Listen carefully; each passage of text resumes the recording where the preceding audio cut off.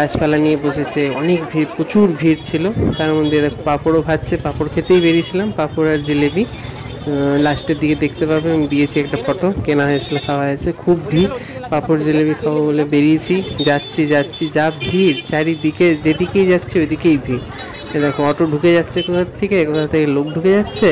তার মধ্যে দেখতে পাই কি এখানে তোমার জিলিপি পাওয়া যাচ্ছে।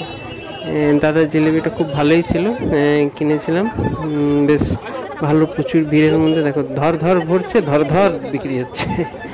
তাই জিলিপি কিনলাম। জিলিপির জন্য অনেক প্রচুর লাইন দিতে হলো, লাইন দিয়ে তারপরে এই জিলিপি কিনলাম। জিলিপি কেনার পর এই পাঁপড়ের আর কথা বলবেন না, বাপরে বাপ, ধকে সব মানুষ পাঁপড় ভাজছে আর কিনছে। দেখো প্লাস্টিকে দাদা ভরছে।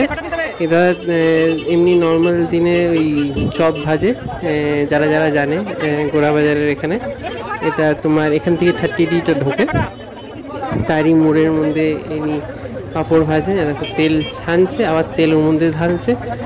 50 টাকা নিয়ে দাঁড়িয়ে আছি যে পাঁপড় নেবো বলে, সে আর পাঁপড় দেয় না। তার মধ্যে এত ভিড়, এত জাম, তার মধ্যে কোনো রকমে পাঁপড় পাই, সে আর পাওয়া যায় না।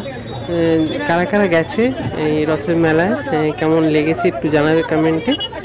আর এ দেখো সব পাঁপড় দিচ্ছে, ওদিকে চলে গেল 20টা পিস নিয়েছিলেন। বাপরে বাপ, পাঁপড় মানে সব পাঁপড় এক একটা প্যাকেট ছিঁড়ছে আর ভরছে। এটা দেখো আমরা বললাম দাও 50 টাকার, আমাদের 50 টাকার আবার দেওয়া হলো, দিচ্ছে।